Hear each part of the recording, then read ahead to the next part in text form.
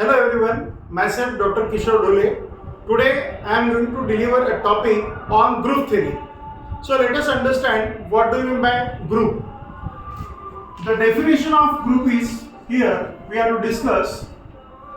Let G is a group with respect to a multiplication operation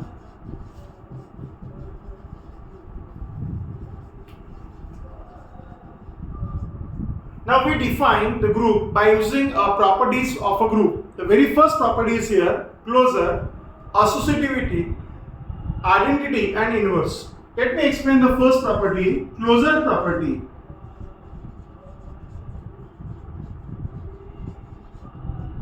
So whenever we define the closure property, let us have the set G and we take the two elements in a group like A and B.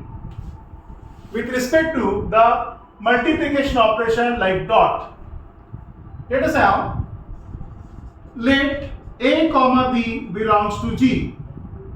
This implies that if we define A dot B belongs to G, then this is called as a closure property. Got it? Now we define the second property as associativity property. Sometimes we have to call this as a associativity also. To prove this property, again in the set G, let me have three different elements A, B, C. Let us have the relation as A dot B dot C inside the parenthesis equal to if we define A dot B dot C. So this property is called as a associative property. Now we have the third property as an identity property. Identity property. So to define an identity property, we have to use again the same set G. In the same set G, if I define the A non-zero element as A and as a multiplicative identity as E. So let me have the relation as identity property as let A belongs to G and the element E belongs to G such that A dot E is equal to E dot A. So we get the same element. This is called as a non-zero element A which also belongs to the set G. Let us see here, as we discussed, we choose a one non-zero element A which belongs to the group G and a multiplicative identity E which is also in the set G. So far we have defined the relation as A dot E is equals to E dot A. So we get an answer over here as A belongs to G. So this property is called as a identity property, and the last one is here now the inverse property. So we know that the multiplicative inverse, if suppose we choose an element A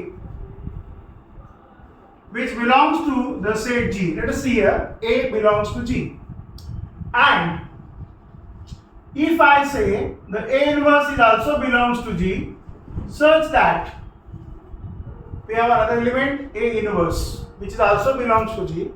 So this implies that if we have A dot A inverse equal to A inverse dot A, so this relation gives me an answer as, let us see, if we have A dot A inverse means what?